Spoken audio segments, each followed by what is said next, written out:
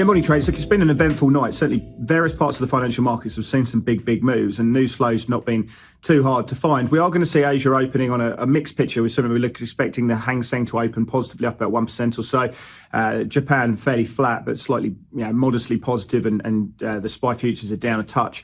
In terms of news flow, though, obviously a lot of focus on Nancy Pelosi touching down in Taiwan to find China coming back. But so far, it's been fairly peaceful. And I think the markets has taken some solace from that situation. We've seen job openings in the JOLTS reports falling 605,000, the lowest level since September. Hirings have fallen 133,000. I think what's really important here is that the Fed have started to push back on this easing of financial conditions.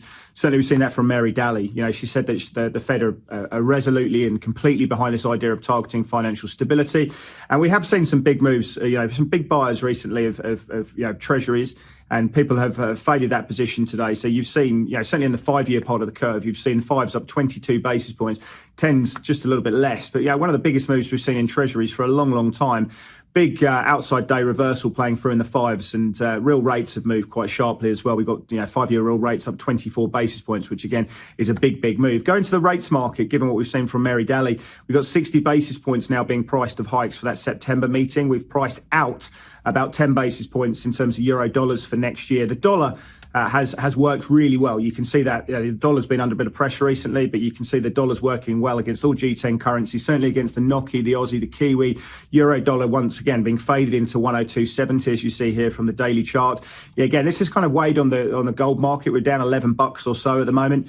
Copper's down about 2%, and we continue to sort of talk about the recession trade and slower Chinese growth. All eyes on crude as we go through the session. We've got the OPEC meeting in the session ahead. The US are quite clearly confident about getting an increase in supply coming through, whether or not that transitions.